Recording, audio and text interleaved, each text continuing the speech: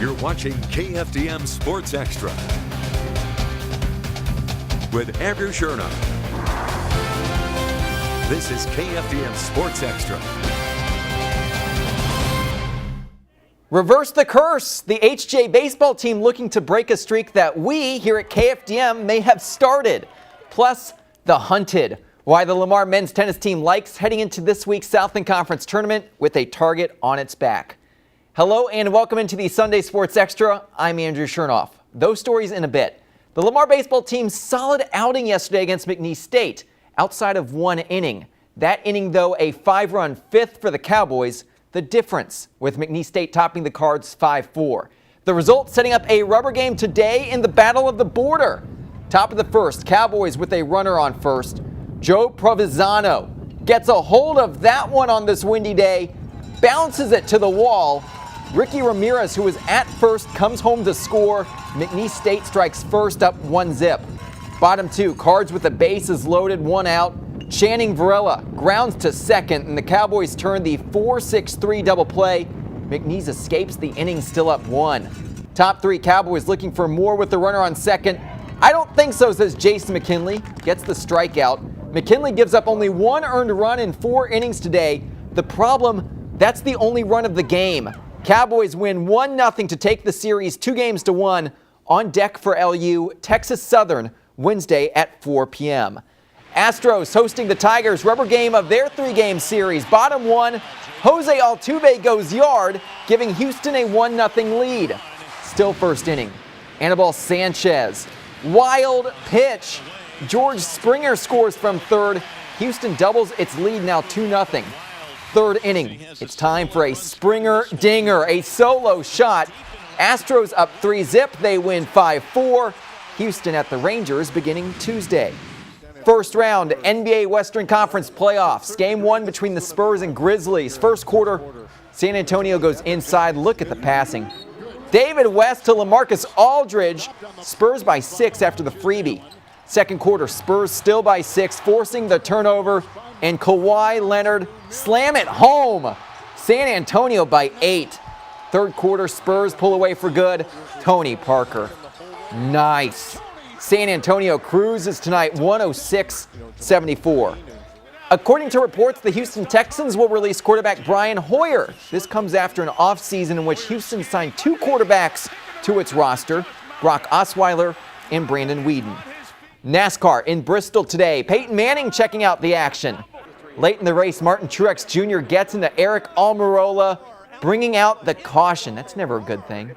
You know what is good, though? Bacon. This race all about Carl Edwards. He wins the Food City 500. First win of 2016. Edwards leads 276 laps today. Final round, RBC Heritage. On 9, Brandon Grace. Check out the approach. Grace birdies and moves to 8 under. He shoots a 5 under 66 today and is your RBC Heritage champ. Grace picking up his first PGA Tour win by going 9 under for the tournament. Tough day for round 3 leader Luke Donald, who shoots an even 71 today. Time to turn our attention back to the diamond. It's crunch time for teams like the Hardin-Jefferson Hawks. Why the team motto may help get them back to the playoffs.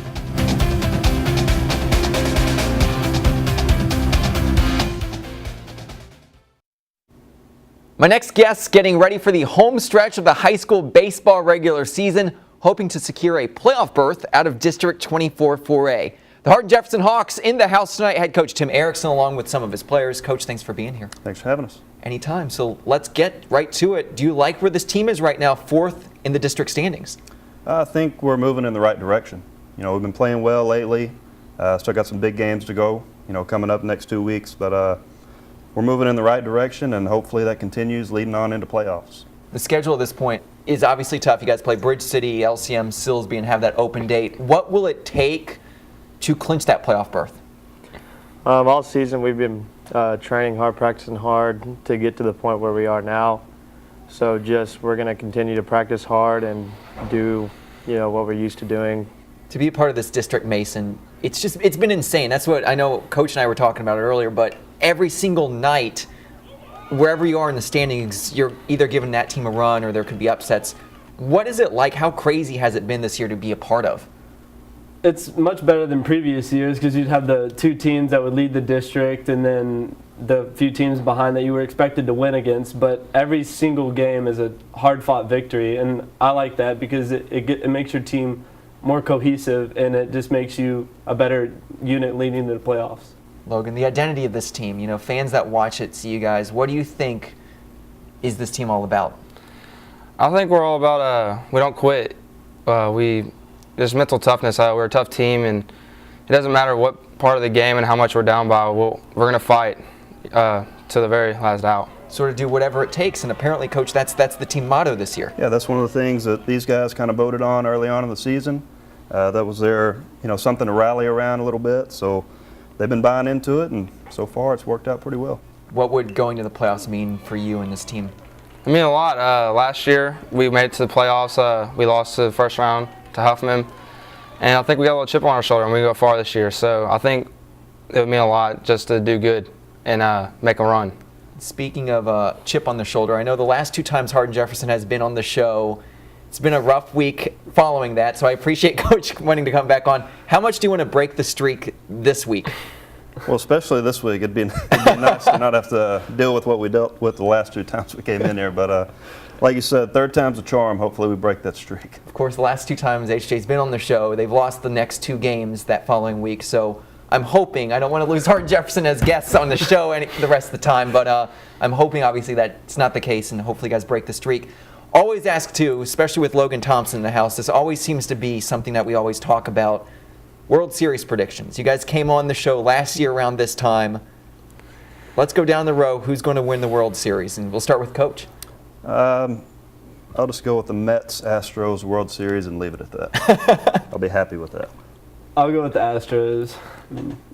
I think they'll win it. I think the Royals are going to repeat. They're off to a slow start this year, but I think the Astros are going to do it. Outstanding. Obviously, trying to keep the home crowd favorites right there. Astro has a lot of fans right here. So, guys, thank you so much. We'll see what happens. Logan, you were almost right on that last year. Yes. So, got to give you props. Best of luck this week.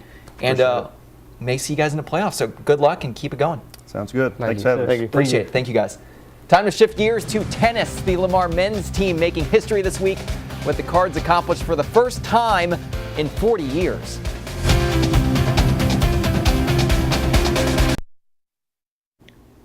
(1976). That's the last time the Lamar men's tennis team won the Southland Conference regular season title.